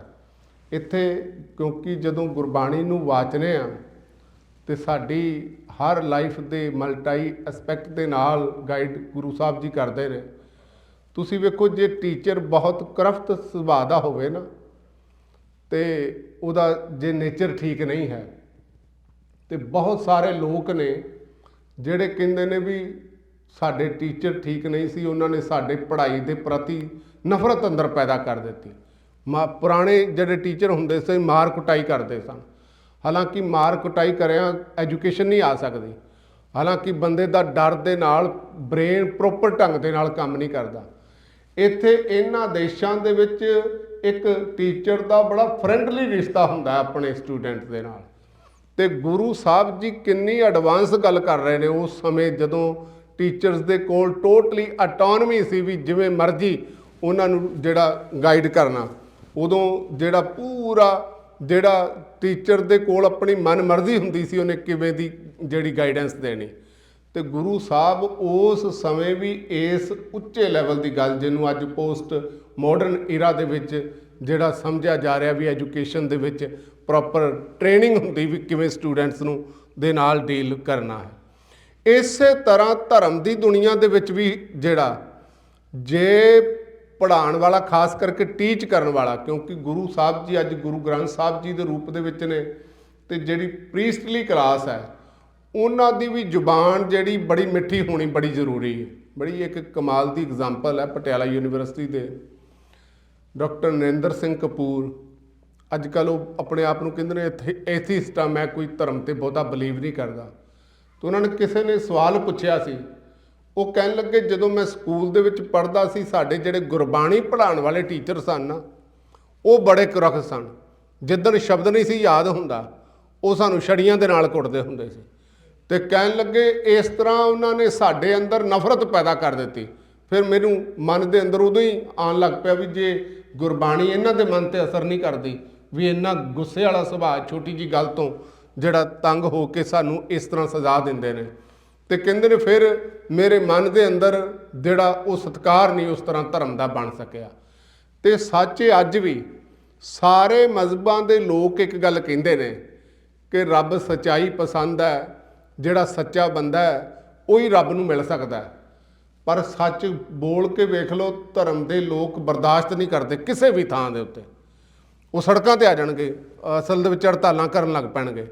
ਇਹਦਾ ਮਤਲਬ ਹੈ ਕਿ ਜਿਹੜੀ ਗੱਲ ਧਰਮਾਂ ਦੇ ਰਾਹੀਂ ਅੱਜ ਸਾਰੀ ਦੁਨੀਆ 'ਤੇ ਇੰਪੋਜ਼ ਕੀਤੀ ਜਾ ਰਹੀ ਨਾ, ਇਸ ਕਰਕੇ ਲੋਕ ਕਹਿੰਦੇ ਨੇ ਯੂਨੀਵਰਸਿਟੀ ਦੇ ਵਿੱਚ ਵੀ ਆਲੋਚਨਾ ਜਾਂ ਧਰਮ ਦਾ ਵਿਕਾਸ ਕਿਉਂ ਨਹੀਂ ਵਾਪਰਦਾ। ਇੱਕ ਉਹਦਾ ਰੀਜ਼ਨ ਇੱਕ ਵਾਪਰਦਾ ਵੀ ਜਿੰਨਾ ਪੈਗੰਬਰਾਂ ਨੇ ਧਰਤੀ 'ਤੇ ਗਿਆਨ ਦੇ ਦਿੱਤਾ, ਉਸ ਤੋਂ ਬਾਅਦ ਉਸੇ ਨੂੰ ਹੀ ਸਮਝਣ ਦੇ ਲਈ ਜਿਹੜਾ ਉਸ ਢੰਗ ਦੇ ਨਾਲ ਉਹਦੇ ਤੇ ਵਰਕ ਨਹੀਂ ਹੋਇਆ, ਕਿਉਂਕਿ ਧਾਰਮਿਕ ਲੋਕ ਜਿਹੜੇ ਨੈਰੋ ਮਾਈਂਡਡ ਜ਼ਿਆਦਾਤਰ ਹੁੰਦੇ ਨੇ। ਇਸ ਕਰਕੇ ਕਿਸੇ ਵੀ ਟੌਪਿਕ ਦੀ ਛੋਟੀ ਜਿਹੀ ਵੀ ਆਲੋਚਨਾ ਬੰਦਾ ਕਰਦਾ ਹੈ ਤੇ ਉਹਦੀ ਫਿਰ ਖੈਰ ਨਹੀਂ ਹੁੰਦੀ। ਇਸ ਕਰਕੇ ਲੋਕ ਧਰਮ ਤੋਂ ਪਾਸਾ ਵੜਦੇ ਜਾ ਰਹੇ ਨੇ, ਨਾਸਤਿਕ ਹੁੰਦੇ ਜਾ ਰਹੇ, ਉਹਨੂੰ ਕਹਿੰਦੇ ਨੇ ਲੱਗੇ ਰਹਿੰਦੇ ਇਹਨਾਂ ਨੂੰ ਆਪਣੇ ਆਪ। ਤੇ ਅਸਲ ਦੇ ਵਿੱਚ ਜੇ ਸਵਾਲਾਂ ਦੇ ਜਵਾਬ ਨਹੀਂ, ਸਾਡੀ ਜਿਗਿਆਸਾ ਦੀ ਪੂਰਤੀ ਨਹੀਂ ਹੋ ਸਕਦੀ, ਫਿਰ ਉਹ ਧਰਮ ਤੋਂ ਬਾਗੀ ਹੋ ਜਾਂਦੇ ਨੇ। ਤੇ ਇੱਥੇ ਗੁਰੂ ਸਾਹਿਬ ਉਸ ਅਕਾਲ ਪੁਰਖ ਵਾਹਿਗੁਰੂ ਦੀ ਬਖਸ਼ਿਸ਼ਾਂ ਦੇ ਨਾਲ ਨਿਵਾਜੀ ਹੋਈ ਸ਼ਖਸੀਅਤ ਗੁਰੂ ਨੂੰ ਕਹਿ ਰਹੇ ਨੇ ਕਿ ਏਕ ਪਿਤਾ ਏਕਸ ਕੇ ਹਮ ਬਾਰਕ, ਵੀ ਗੁਰੂ ਸਾਹਿਬ ਤੁਸੀਂ ਵੀ ਉਸ ਪਿਤਾ ਅਕਾਲ ਪੁਰਖ ਵਾਹਿਗੁਰੂ ਦੇ ਬੱਚੇ ਹੋ ਤੇ ਮੈਂ ਵੀ ਉਸ ਅਕਾਲ ਪੁਰਖ ਵਾਹਿਗੁਰੂ ਦਾ, ਤੇ ਇਸ ਕਰਕੇ ਅਸੀਂ ਦੋਵੇਂ ਇੱਕ ਪਿਓ ਦੇ ਪੁੱਤਰ ਆ। ਤੁਸੀਂ ਵੇਖੋ ਗੁਰੂ ਨਾਨਕ ਸਾਹਿਬ ਕੋਲ ਬੈਠੇ ਹੋਵੋ ਤੇ ਉਹਨਾਂ ਨੂੰ ਕਹੋ ਵੀ ਤੁਸੀਂ ਵੀ ਜਿਹੜੇ ਮੇਰੇ ਗੁਰੂ ਭਾਈ ਹੋ ਤੇ ਇੱਕ ਅਸੀਂ ਆਪਾਂ ਦੋਵੇਂ ਇੱਕ ਪਿਓ ਦੇ ਪੁੱਤਰ ਆ। ਉਸ ਲੈਵਲ ਤੇ ਗੁਰੂ ਸਾਹਿਬ ਆ ਕੇ ਗੱਲ ਕਰ ਰਹੇ ਨੇ। ਸੁਣ ਮੀਤਾ ਜੀਓ ਹਮਾਰਾ ਬਲ ਬਲ ਜਾਸੀ, ਮੇਰਾ ਮਨ ਤੁਹਾਡੇ ਤੋਂ ਬਾਰ-ਬਾਰ ਬਲਹਾਰ ਜਾਂਦਾ, ਹਰ ਦਰਸ਼ਨ ਦੇਹੋ ਦਿਖਾਈ। ਜਿਹੜੇ ਦਰਸ਼ਨ ਉਸ ਅਕਾਲ ਪੁਰਖ ਵਾਹਿਗੁਰੂ ਜੀ ਦੀ ਬਖਸ਼ਿਸ਼ ਤੁਹਾਡੇ ਤੇ ਹੋਈ ਹੈ, ਤੁਹਾਡੇ ਜੀਵਨ ਦੇ ਵਿੱਚੋਂ ਰੱਬ ਦਿਸਦਾ ਪਿਆ, ਤੁਹਾਡੇ ਹਰ ਕਰਮ ਦੇ ਵਿੱਚੋਂ ਰੱਬ ਦੀ ਭਗਤੀ ਦਿਸਦੀ ਹੈ, ਤੁਹਾਡੀ ਸੋਚ ਦੇ ਵਿੱਚੋਂ ਅਕਾਲ ਪੁਰਖ, ਤੁਹਾਡੇ ਬਚਨਾਂ ਦੇ ਵਿੱਚੋਂ ਰੱਬ ਨਿਕਲਦਾ ਹੈ। ਤੇ ਜਿਹੜਾ ਰੱਬ ਦੇ ਦਰਸ਼ਨ ਤੁਸੀਂ ਕਰ ਲਏ ਨੇ, ਕਿਰਪਾ ਕਰੋ ਮੈਨੂੰ ਵੀ ਉਹ ਦਰਸ਼ਨ ਹੋ ਜਾਣ। ਤੇ ਹਜ਼ੂਰ ਕਹਿੰਦੇ ਨੇ ਪਾਮ ਮਲੋਵਾਂ, ਫਿਰ ਡੈਡੀਕੇਸ਼ਨ, ਸਮਰਪਣ, ਹਿਊਮਿਲਿਟੀ, ਅੰਦਰ ਦੀ ਨਿਮਰਤਾ। ਹਜ਼ੂਰ ਕਹਿੰਦੇ ਨੇ ਮੈਂ ਪੈਰ ਜਿਹੜਾ ਮਲੋਵਾਂ, ਮਲ ਧੋਵਾਂ, ਮਲ ਕੇ ਧੋਵਾਂਗਾ, ਇਹ ਮਨ ਤੈਂਕੂ ਦੇਸਾਂ। ਪਾਮ ਮਲੋਵਾਂ ਮਲ ਧੋਵਾਂ, ਇਹ ਮਨ ਤੈਂਕੂ ਦੇਸਾਂ। ਇਹਦਾ ਮਤਲਬ ਹੈ ਜੇ ਤੇ ਗੁਰੂ ਸਾਹਿਬ ਜੀ ਦੇ ਅੱਜ ਧੰਨ ਗੁਰੂ ਗ੍ਰੰਥ ਸਾਹਿਬ ਸੱਚੇ ਪਾਤਸ਼ਾਹ ਸਾਡੇ ਗੁਰੂ ਨੇ ਪਾਮ ਮਲੋਵਾਂ ਮਲ ਧੋਵਾਂ ਦਾ ਮਤਲਬ ਹੈ ਸ਼ਬਦ ਨੂੰ ਬਾਰ ਪ੍ਰਭ ਜਪੀਐ, ਬਾਰ ਗੁਰੂ ਗ੍ਰੰਥ ਸਾਹਿਬ ਦੀ ਬਾਣੀ ਦੀ ਤਲਾਵਤ ਕਰਨੀ, ਬਾਣੀ ਨੂੰ ਡੀਪਲੀ ਅੰਡਰਸਟੈਂਡ ਕਰਕੇ ਪੜ੍ਹਨਾ, ਬਾਣੀ ਵਿਚਾਰੀਆ ਜੀਓ, ਬਾਣੀ ਨੂੰ ਵਿਚਾਰਨਾ। ਇਹ ਹੈ ਧੰਨ ਗੁਰੂ ਗ੍ਰੰਥ ਸਾਹਿਬ ਸੱਚੇ ਪਾਤਸ਼ਾਹ ਦੇ ਬਾਰ ਮਲ ਕੇ ਪੈਰ ਧੋਣੇ। ਕਹਿਣ ਦਾ ਮਤਲਬ ਡੀਪਲੀ ਗੁਰਬਾਣੀ ਨੂੰ ਸਮਝਣ ਦਾ ਯਤਨ ਕਰਨਾ। ਇਹ ਮਨ ਤੈਂਕੂ ਦੇਸਾਂ, ਤੇ ਜਿਹੜਾ ਸਿਧਾਂਤ ਸਾਨੂੰ ਸਮਝ ਆ ਜਾਏ ਗੁਰਬਾਣੀ 'ਚੋਂ, ਫਿਰ ਉਹਨੂੰ ਆਪਣਾ ਮਨ ਦੇਣਾ। ਮਨ ਦੇ ਵਿੱਚ ਉਹ ਜਿਹੜਾ ਗਿਆਨ ਅਸੀਂ ਲਿਆ ਗੁਰੂ ਗ੍ਰੰਥ ਸਾਹਿਬ ਜੀ ਦਾ, ਉਹਨੂੰ ਜੀਵਨ ਦੇ ਵਿੱਚ ਵਸਾ ਲੈਣਾ। ਹਜ਼ੂਰ ਕਹਿੰਦੇ ਨੇ ਸੁਣ ਮੀਤਾ ਹਉ ਤੇਰੀ ਸ਼ਰਨਾਈ ਆਇਆ। ਹੇ ਮਿੱਤਰ ਸੁਣ, ਮੈਂ ਤੇਰੀ ਸ਼ਰਨ ਦੇ ਵਿੱਚ ਆਇਆ ਵਾਂ।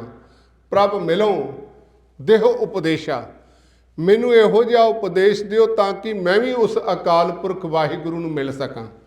ਤੇ ਹਜ਼ੂਰ ਕਹਿੰਦੇ ਨੇ ਫਿਰ ਗੁਰੂ ਦਾ ਜਿਹੜਾ ਰਾਹ ਹੈ ਨਾ, ਉਹ ਇਹ ਹੈ, ਗੁਰੂ ਸਾਹਿਬ ਜਿਹੜੀ ਬਖਸ਼ਿਸ਼ ਕਰਦੇ ਨੇ, ਮਾਨ ਨਾ ਕੀਜੈ ਸ਼ਰਨ ਪ੍ਰੀਜੈ ਕਰੈ ਸੋ ਭਲਾ ਮਨਾਈਐ। ਹੇ ਜਗਿਆਸੂ, ਤੂੰ ਆਪਣੇ ਅੰਦਰ ਮਾਨ ਨਾ ਕਰ। ਜੇ ਉਸ ਅਕਾਲ ਪੁਰਖ ਵਾਹਿਗੁਰੂ ਨੂੰ ਮਿਲਣਾ ਤੇ ਹਰ ਕਿਸਮ ਦਾ ਦੁਨਿਆਵੀ ਹੰਕਾਰ ਛੱਡ ਦੇ। ਸ਼ਰਨ ਪ੍ਰੀਜੈ, ਤੇ ਇਹ ਗੁਰੂ ਸਾਹਿਬ ਜੀ ਦੇ ਜਿਹੜੇ ਬਚਨ ਨੇ, ਉਹ ਅਕਾਲ ਪੁਰਖ ਵਾਹਿਗੁਰੂ ਜੀ ਨੇ।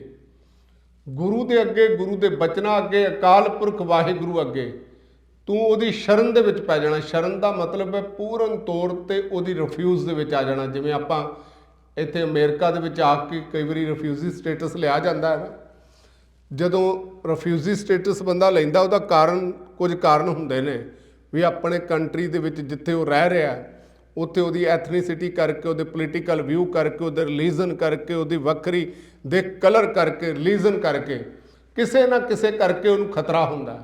ਸੇਮ ਇਸੇ ਤਰ੍ਹਾਂ ਸਾਨੂੰ ਜਦੋਂ ਆਪਣੀ ਦੁਨੀਆ 'ਚ ਜਿਹੜੀ 'ਚ ਅਸੀਂ ਰਹਿ ਰਹੇ ਹਾਂ, ਕਾਮ ਕ੍ਰੋਧ ਲੋਭ ਮੋਹ ਹੰਕਾਰ ਹੈ, ਜਿੱਥੇ ਕਈ ਕਿਸਮ ਦੇ ਅੰਧ ਵਿਸ਼ਵਾਸ ਨੇ, ਅਗਿਆਨਤਾ ਨੇ, ਐਕਸਪਲੋਇਟਰਸ ਨੇ, ਪੋਲੀਟੀਕਲ ਸਾਡੀ ਲੁੱਟ ਸੁੱਟ ਹੁੰਦੀ ਹੈ, ਉਦੋਂ ਅਸੀਂ ਗਿਆਨ ਦੀ ਗੁਰੂ ਦੀ ਸ਼ਰਨ ਦੇ ਵਿੱਚ ਆਉਣਾ ਹੁੰਦਾ।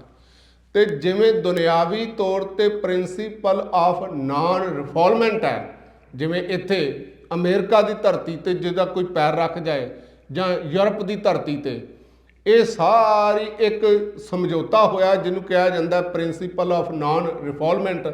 ਵੀ ਦੇਸ਼ ਉਹ ਤੁਹਾਨੂੰ ਦੁਬਾਰਾ ਆਪਣੀ ਟੈਰਟਰੀ 'ਚ ਨਹੀਂ ਭੇਜ ਸਕਦਾ, ਕਿਉਂਕਿ ਤੁਹਾਡੀ ਜਾਨ ਨੂੰ ਖਤਰਾ ਹੈ। ਸੇਮ ਇਸੇ ਤਰ੍ਹਾਂ ਗੁਰੂ ਸਾਹਿਬ ਵੀ ਜੋ ਸ਼ਰਨ ਆਵੈ ਤਿਸ ਕੰਠ ਲਾਵੈ, ਇਹ ਬਿਰਧ ਸੁਆਮੀ ਸੰਦਾ। ਜਿਹੜਾ ਸ਼ਰਨ ਦੇ ਵਿੱਚ ਆ ਜਾਏ ਉਹਨੂੰ ਕੰਠ ਲਾਇਆ ਜਾਂਦਾ ਹੈ। ਤੇ ਵੇਖੋ ਜਿਹੜਾ ਸ਼ਰਨ ਦੇ ਵਿੱਚ ਨਾ, ਇੱਥੇ ਵੀ ਰਿਫਿਊਜੀ ਸਟੇਟਸ, ਜਿਹੜਾ ਬੰਦਾ ਹਾਰਡਕੋਰ ਕ੍ਰਿਮੀਨਲ ਹੋਵੇ ਨਾ, ਜਿਹਨੇ ਕਿਸੇ ਟੈਰਰਿਸਟ ਐਕਟੀਵਿਟੀ ਨੂੰ ਅੰਜਾਮ ਦਿੱਤਾ ਹੋਵੇ, ਵੂਮਨ ਦੇ ਉੱਤੇ, ਬੱਚਿਆਂ ਦੇ ਉੱਤੇ ਕ੍ਰਾਈਮ ਕੀਤਾ ਹੋਵੇ, ਉਹਨੂੰ ਰਿਫਿਊਜੀ ਸਟੇਟਸ ਕਿਸੇ ਦੁਨੀਆ ਦੇ ਦੇਸ਼ ਦੇ ਵਿੱਚ ਨਹੀਂ ਮਿਲਦਾ। ਸੇਮ ਇਸੇ ਤਰ੍ਹਾਂ ਜਦੋਂ ਰੱਬ ਦੀ ਸ਼ਰਨ ਦੇ ਵਿੱਚ ਆਣਾ ਤੇ ਉਦੋਂ ਅਸੀਂ ਹਰ ਕਿਸਮ ਦੇ ਗੁਨਾਹਾਂ ਤੋਂ ਤੋਬਾ ਕਰਕੇ ਗੁਰੂ ਸਾਹਿਬ ਦੇ ਦੱਸੇ ਹੋਏ ਮਾਰਗ ਤੇ ਚੱਲਣ ਲਈ ਤਿਆਰ ਰਹਿਣਾ ਹੈ। ਇਹਦਾ ਮਤਲਬ ਹੈ ਸ਼ਰਨ ਦੇ ਵਿੱਚ ਆਣਾ। ਕਰੈ ਸੋ ਭਲਾ ਮਨਾਈਐ, ਜੋ ਗੁਰੂ ਸਾਹਿਬ ਜੀ ਨੇ ਕਰਨਾ ਹੈ ਆਪਣੇ ਜੀਵਨ ਦੇ ਵਿੱਚ ਉਹਨੂੰ ਵੀ ਮੰਨ ਲੈਣਾ, ਉਹਦੀ ਰਜ਼ਾ ਦੇ ਵਿੱਚ ਰਹਿਣਾ। ਸੁਣ ਮੀਤਾ ਜਿਉ ਪਿੰਡ ਸਭ ਤਨ ਅਰਪੀਜੈ। ਫਿਰ ਇੱਥੇ ਸ਼ਰਨ ਦੇ ਵਿੱਚ ਆਉਣ ਦੇ ਲਈ ਆਪਣਾ ਜਿਉ ਦਾ ਮਤਲਬ ਹੈ ਮਨ, ਪਿੰਡ ਸਭ ਤਨ ਅਰਪੀਜੈ, ਆਪਣੇ ਪ੍ਰਾਣ ਤਨ ਸਾਰਾ ਕੁਝ ਅਰਪਣ ਕਰਨਾ ਪੈਂਦਾ। ਇਉਂ ਦਰਸ਼ਨ ਹਰ ਜੀਉ ਪਾਈਐ। ਇਹ ਅਸਲ ਦੇ ਵਿੱਚ ਭੇਟਾ ਹੈ ਅਕਾਲ ਪੁਰਖ ਵਾਹਿਗੁਰੂ ਜੀ ਦੇ ਦਰਸ਼ਨ ਤਾਂ ਹੁੰਦੇ ਨੇ। ਹਜ਼ੂਰ ਕਹਿੰਦੇ ਨੇ ਭਇਓ ਅਨੁਗਰੋ ਪ੍ਰਸਾਦ ਸੰਤਨ ਕੈ। ਉਸ ਅਕਾਲ ਪੁਰਖ ਨੇ ਕਿਰਪਾ ਕੀਤੀ, ਸੰਤਾਂ ਦੀ ਕਿਰਪਾ ਦੇ ਨਾਲ ਹਰ ਨਾਮਾ ਹੈ ਮੀਠਾ। ਮੈਨੂੰ ਉਹ ਪਰਮ ਪਿਤਾ ਅਕਾਲ ਪੁਰਖ ਵਾਹਿਗੁਰੂ ਜੀ ਦਾ ਨਾਮ, ਜੋ ਸਮੁੱਚੀ 1430 ਗੁਰੂ ਗ੍ਰੰਥ ਸਾਹਿਬ ਜੀ ਦੀ ਬਾਣੀ ਦੇ ਪੰਨੇ ਸਾਰੀ ਇੱਕ ਇੱਕ ਪੰਕਤੀ, ਇੱਕ ਇੱਕ ਅੱਖਰ ਉਸ ਅਕਾਲ ਪੁਰਖ ਵਾਹਿਗੁਰੂ ਦਾ ਨਾਮ ਹੈ, ਉਹ ਮੈਨੂੰ ਮਿੱਠਾ ਲੱਗਣ ਲੱਗ ਪਿਆ। ਇਹ ਵਿਚਾਰਧਾਰਾ ਮੈਨੂੰ ਮਿੱਠੀ ਲੱਗਣ ਲੱਗ ਪਈ ਹੈ। ਜਨ ਨਾਨਕ ਕੋ ਗੁਰ ਕਿਰਪਾ ਧਾਰੀ, ਸਭ ਅਕੁਲ ਨਿਰੰਜਨ ਡੀਠਾ। ਹੁਣ ਇੱਥੇ ਅਕਾਲ ਪੁਰਖ ਵਾਹਿਗੁਰੂ ਦਾ ਰੂਪ ਹੈ। ਮੈਨੂੰ ਉਸ ਅਕਾਲ ਪੁਰਖ ਨੇ ਕਿਰਪਾ ਕੀਤੀ। ਉਹ ਰੱਬ ਜਿਹਦੀ ਕੋਈ ਵੀ ਕੁੱਲ ਨਹੀਂ ਹੈ। ਕਹਿਣ ਦਾ ਮਤਲਬ ਕੁੱਲ ਦਾ ਵੀ ਹੰਕਾਰ ਛੱਡਣਾ ਹੈ। ਨਿਰੰਜਨ ਦਾ ਮਤਲਬ ਉਹਦੇ ਤੇ ਕੋਈ ਕਾਲਖ ਨਹੀਂ ਹੈ।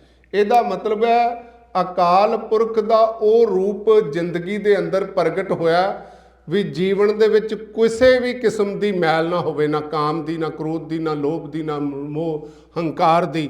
ਬੰਦਾ ਬਿਲਕੁਲ ਪਿਓਰਿਟੀ ਦੇ ਜਿਹੜਾ ਲੈਵਲ ਦੇ ਉੱਤੇ ਪਹੁੰਚ ਜਾਏ, ਜਿਹੜਾ ਪੂਰਨ ਤੌਰ ਤੇ ਜਿਹੜਾ ਪਿਓਰਿਟੀ ਹੈ ਜੀਵਨ ਦੇ ਵਿੱਚ ਜਦੋਂ ਆ ਜਾਏ, ਜਿਹਨੂੰ ਗੁਰੂ ਸਾਹਿਬ ਨੇ ਖਾਲਸਾ ਕਿਹਾ ਹੈ, ਉਸ ਲੈਵਲ ਤੇ ਆ ਕੇ ਜਿੱਥੇ ਨਿਰਅੰਜਨ ਮਾਇਆ ਦੀ ਕਾਲਖ ਤੋਂ ਬਚਿਆ ਹੋਵੇ, ਕੋਈ ਕੁੱਲ ਜਾਤ ਪਾਤ ਆਦਿਕ ਰੰਗ ਨਸਲ ਦਾ ਭੇਦ ਭਾਵ ਨਾ ਹੋਵੇ ਤੇ ਆਪਣੇ ਅੰਦਰ ਹੰਕਾਰ ਨਾ ਹੋਵੇ, ਉਸ ਅਕਾਲ ਪੁਰਖ ਨੂੰ ਮੈਂ ਅੰਦਰੋਂ ਵੇਖ ਲਿਆ ਹੈ।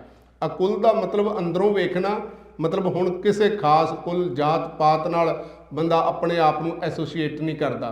ਹੁਣ ਕਿਸੇ ਕਿਸਮ ਦੀ ਮਨ ਦੇ ਅੰਦਰ ਕਾਲਖ ਨਹੀਂ ਰਹੀ। ਗੁਰੂ ਸਾਹਿਬ ਜੀ ਕਿਰਪਾ ਕਰਨ। ਇਹ ਲੈਵਲ ਜੋ ਗੁਰੂ ਸਾਹਿਬ ਜੀ ਨੇ ਅੱਜ ਦੇ ਸ਼ਬਦ ਦੇ ਅੰਦਰ ਬਖਸ਼ਿਸ਼ ਕੀਤਾ ਹੈ, ਸਾਡੇ ਜੀਵਨ ਦੇ ਅੰਦਰ ਵਸ ਜਾਏ। ਗਲਤੀਆਂ ਭੁੱਲਾਂ ਦੀ ਖਿਮਾ ਕਰਦੇ ਹੋਏ ਫਤਿਹ ਦੀ ਸਾਂਝ ਕਰੋ ਜੀਓ। ਵਾਹਿਗੁਰੂ ਜੀ।